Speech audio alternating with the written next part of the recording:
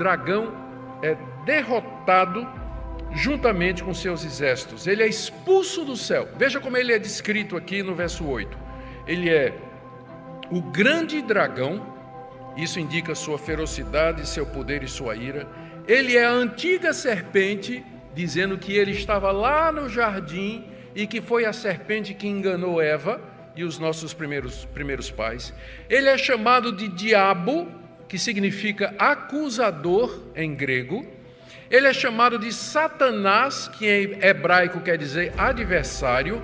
E ele é referido como o sedutor de todo mundo, aquele que engana o mundo todo com suas mentiras. Assim como ele enganou Adão e Eva lá no paraíso, vocês não vão morrer se vocês comerem do fruto.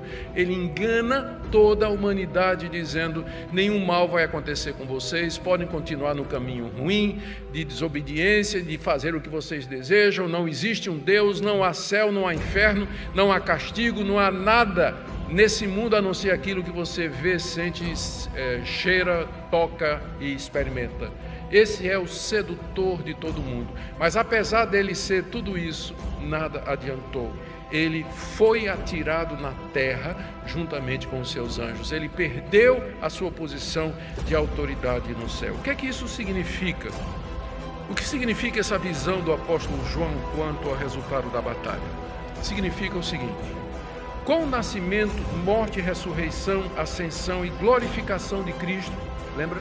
O filho, quando nasce, ele é arrebatado até o céu.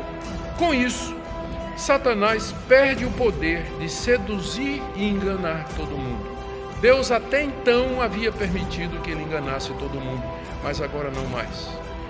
No Antigo Testamento, somente a nação de Israel tinha o conhecimento de Deus. Israel era uma naçãozinha desse tamanho, gente. Diante da grande Mesopotâmia, do grande Egito, da Síria, de todas as nações ímpias daquela época, Israel eram 12 tribos, 12 clãs unificados. Somente aquele povinho tinha o conhecimento de Deus. O mundo todo estava no maligno, iludido com idolatria, falsas religiões, falsos deuses, falsos cultos. O povo todo estava na escuridão. Mas agora a luz veio, o filho da mulher nasceu, a promessa foi cumprida. A Satanás, portanto, não é dado mais o poder de iludir todo mundo, porque a igreja vai sair pelo mundo pregando o evangelho a toda criatura, como Cristo disse, ide por todo o mundo, pregai o evangelho a toda criatura. A luz da verdade está indo para o mundo todo e as trevas estão dissipando. Portanto, o sedutor de todo mundo, ele foi limitado, ele não pode mais enganar todas as nações. Ele não pode mais acusar os filhos de Deus, pois a semente da mulher esmagou a sua cabeça ao oferecer um sacrifício completo pelos pecados. Porque uma das coisas que Satanás fazia, e a gente vê isso no livro de Jó, ele aparece, ele acende a presença de Deus, juntamente com os demais anjos, para acusar os servos de Deus na terra. Você viu o seu servo Jó? Satanás diz. Ele só te teme porque está cheio de bênçãos. Tira o que ele tem para o Senhor ver se ele não vai zombar de ti na tua face.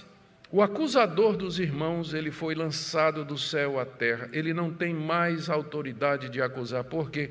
Porque aquilo que dava motivo para ele acusar, os pecados, meus pecados, os pecados do povo de Deus, esses pecados foram pagos pelo filho da mulher.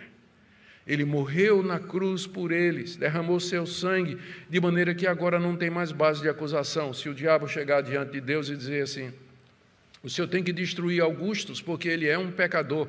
Deus vai dizer, é claro que ele é um pecador e dos grandes, mas o pecado dele foi pago na cruz pelo meu filho. Você não tem mais base para acusá-lo, porque a culpa foi paga.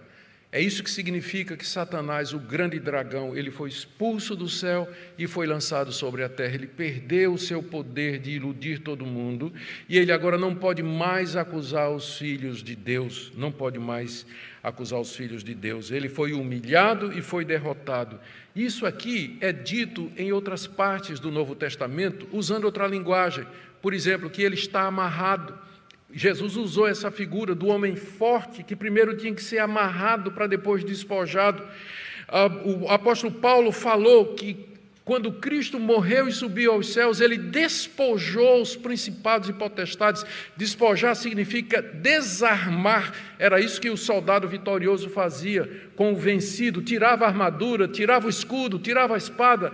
Desarmava aquele que foi vencido. Cristo desarmou Satanás, tirou as armas com que ele lutava antes. E é por isso que a gente, na teologia reformada, a gente diz que Satanás, sim, ele está amarrado, ele está limitado, ele foi aleijado, por assim dizer, ele não tem mais o mesmo poder, a mesma força e a mesma autoridade. Ele foi destruído, como diz Hebreus lá. Cristo, pela morte, destruiu aquele que tem o poder da morte. Lembra quando Jesus disse aos seus discípulos: agora será expulso o príncipe desse mundo, referindo-se à sua morte e à sua ressurreição. Então, essa figura aqui da guerra no céu e os anjos de Miguel derrotarem Satanás e seus anjos, e ele cair do céu à terra, nada mais é do que a vitória decisiva de Cristo contra o mal, quando ele morre na cruz e ele ressuscita, nos dando segurança de que a vitória já foi obtida. Eu já usei aqui a figura da diferença entre o dia da vitória final e o dia da guerra ganhada inicial, nos lembrando da Segunda Guerra Mundial, quando os aliados entraram na Normandia e infligiram um golpe militar violento contra a Alemanha, de forma que a Alemanha perdeu a guerra naquele dia. Aquele foi o dia daquela vitória, como parte de outras, mas era só uma questão de tempo até que viesse o dia V, o dia da vitória final, quando então os aliados dominaram completamente e a Alemanha se rendeu. Mas primeiro houve um dia específico que quebrou a espinha dorsal militar da Alemanha, para que depois de alguns meses, ela pudesse se render. Aqui foi o que Cristo fez. Cristo esmagou a cabeça.